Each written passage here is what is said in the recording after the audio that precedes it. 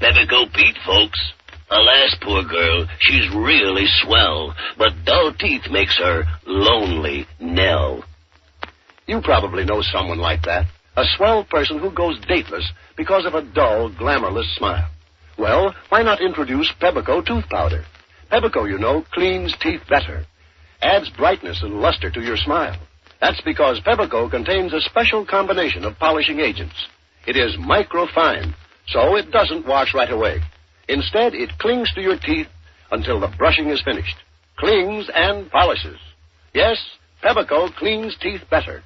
So try Peppico and smile.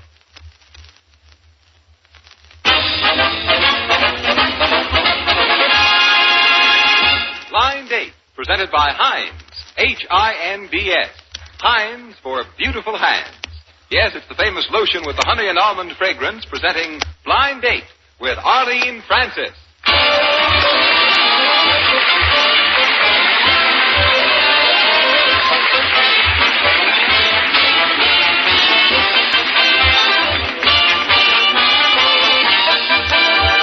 Blind Date features 6 servicemen on furlough in New York who try to date 3 gorgeous girls for an evening at the Stork Club as guests of Heinz.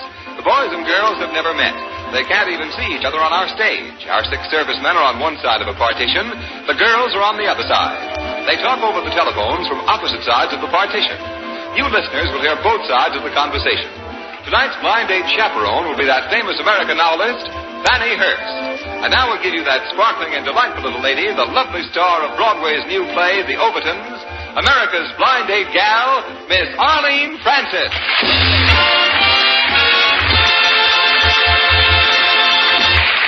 Thank you, Ken Robertson. Good evening, everyone. And what a Monday evening this is, with a sextet of the nicest boys from the service, aren't you, boys? Yes, they're so nice. Look at them, they're all smiling. Well, no more stalling. We have the business of blind dating at hand, so how about a musical start-off? Please, Teddy.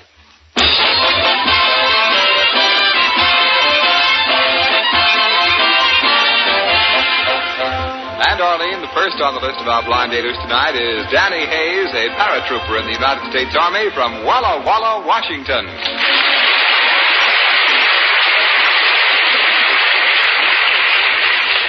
How are you, Danny? Scared. Not after what you've been through, you couldn't possibly be scared.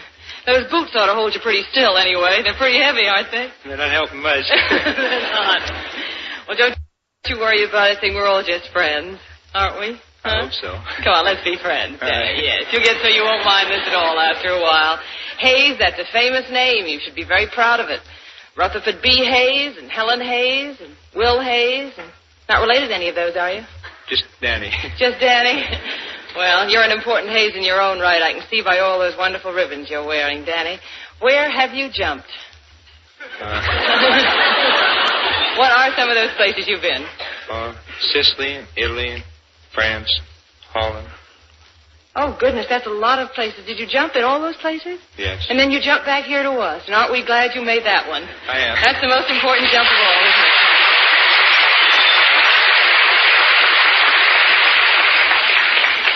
The Purple Heart with the leaf on it, is that 2? Does that mean you've had 2? Yes. And, but you're all fine and strong now for me, aren't you, Danny? I think so. You're much weaker doing this probably than when you received the Purple Heart. And 2 presidential citations. Well, you're quite a boy, and you have nothing to shake about. We're the ones that are shaking.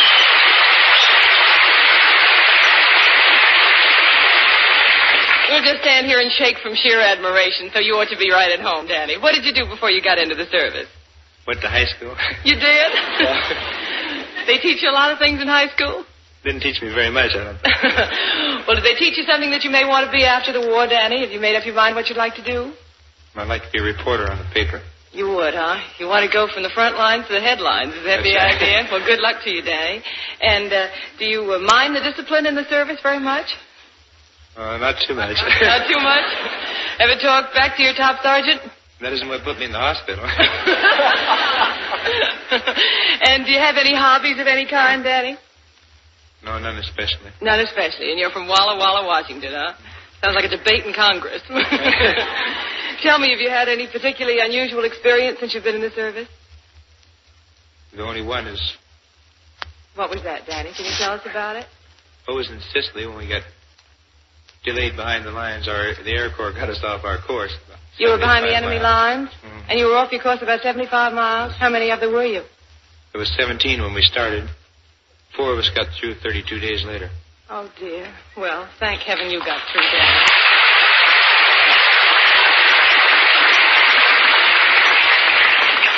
You deserve a beautiful date for that, don't you? Huh? I don't know. Think you'd be more comfortable when you're sitting down talking to a girl on the telephone than standing up here talking to me? So, yeah. You do? All right. I'll let you get over to the phone now, and you're going to talk to a very dashing and attractive young lady by the name of Peggy French. She's from Chicago, and she was one of the very attractive young ladies in Dough Girls that played very successfully. She's wearing, Danny, a red, white, and blue dress. Don't try to rave her around, though, will you?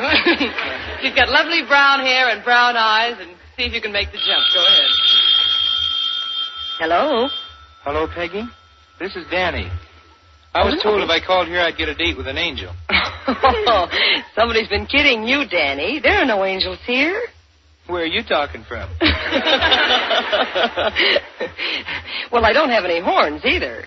How do you get around in traffic? Oh, brother.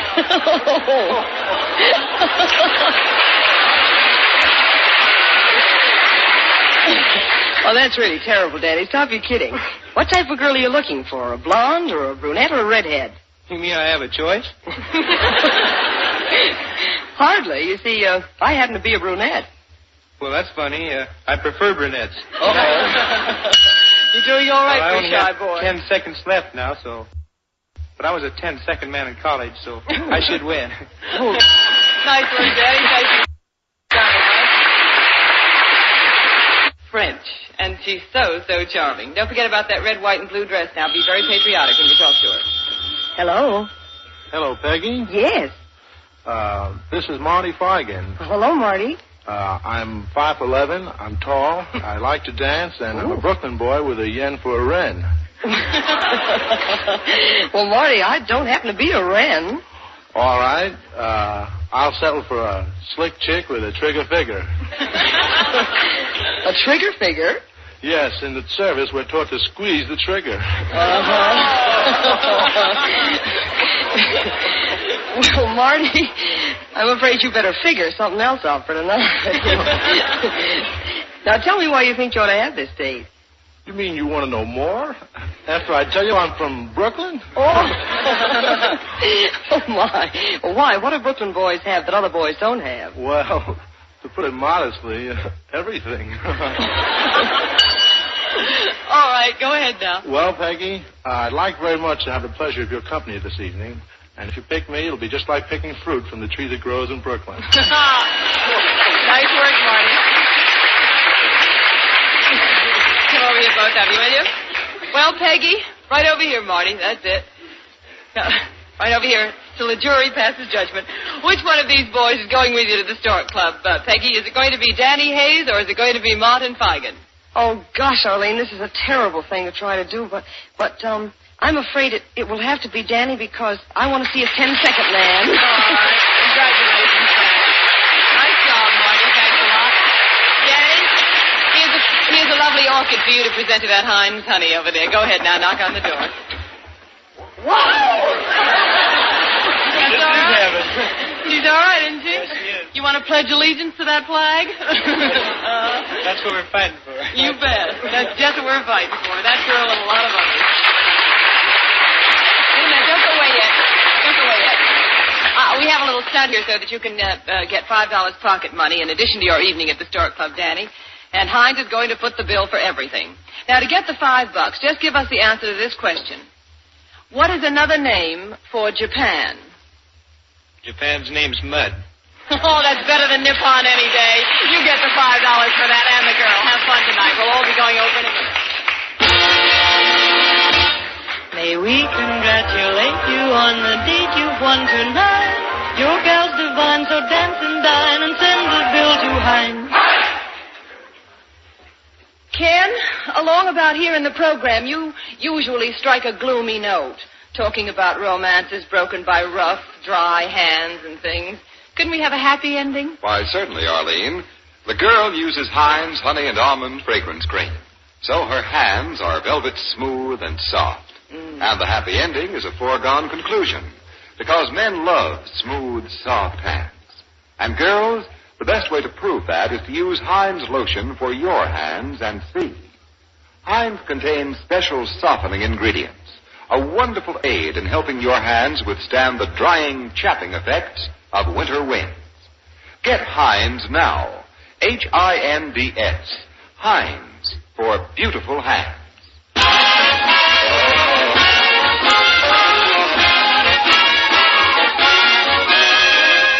And Arlene, another gladiator, enters the arena. This one is Marty Kraustein, a private in the United States Army, and he's from Spokane, Washington. Welcome, Marty. This is Marty night, huh? Two of you in a row. It seems like it. And you're from Spokane, Washington. Is that right, Marty? That's right. And what did you used to do before you got into the service? Well, believe it or not, I used to be with the New York City Fire Department. I spent quite a bit of time here before I entered the service. You did. Well, if it's good enough for LaGuardia, or it's good enough for you, is all I can say. The fire department, huh? That's right. Well, I got a flame for you on the other side, but you won't want to put her out. I promise you that. Well, I like to conquer it, if possible. All right. Do you do anything with the fire in the Army? Yes, I'm a firefighter instructor in the Army as well. I see. And is that the only kind of work you've ever done? That's all I've done in the Army, firefighting, instructing. Now, I mean, before you got into the service, was that... Oh, well, I used to sell a bit of thread, cotton. To an old so-and-so, I suppose. Used to give a good yarn, too. Fine, all right. Admiration thread, bit of a plug. What kind of work do you want to get into afterwards? Well, I think I'll be going back to my New York City Fire Department work. You're going to be faithful to the fire department, huh? Well, it's a pretty good job. Good. Well, I'm sure we can stand nice boys like you in the fire department. Do you look nice in a red hat? Well, my hat isn't red. It's black. With a white trimming. Oh, I'll bet you're a captain? Captain? What position? I have hopes. What position do you have when you have a blue hat with a black hat with a white band? You're mostly an engine man. An engine man. That's right. You use the hose a lot. You do. Well, That's good for you. I hope that we won't have very many fires, but anyway, it'll be nice to know you're around. And do you have any hobbies of any kind, Marty? Well, I like to dance very much. Mm-hmm. And do you have a favorite dish? Well, believe it or not, I like borscht. It's a good thing to like these days, borscht. The way the Russians are going, the borscht is yet to come. I'm of Russian descent. Good. You ought to be very proud of that these days. Well, Marty, I'm going to let you get on the telephone now and see if you can set a young lady on fire by the name of Rita Daigle. Now, this young lady is from New York. She was the queen of the press photographer's ball, and she was Miss Stardust of 1944. That'll give you a rough idea. You picked up the phone already. You're so eager, I don't have to tell you anything about her more. Go ahead, Ben. You go ahead and talk. Hello. Rita. Oh, hello. Hello, Rita. Yes. This is Marty. I know my approach to airplane fires, as I happen to be a firefighter instructor in the Army. But tonight I'd like to pilot you around and make sure you don't make any crash landings altogether. Oh, well, that sounds exciting. To me, this is a very special occasion to me. And not always do I get an opportunity. I'm being very modest when I say that, too, as it's only happened to me once being up here. It must have been fate that sent me here, and, well, fate will send me to a few other places, too, I know. And it would indeed be a pleasure to spend this evening with you. I know that in the days that are coming, I'll be spending my time somewhere else, in a state of bachelorhood. And I want to remember this particular evening and pay my respects to American womanhood, who are above par and the most intelligent and the most prettiest girls in business. Time. What do you think that is, the Gettysburg Address? I have 10 seconds there, Rita, and I know I like to dance very much. I know you'll have a good time because I so desire one very much.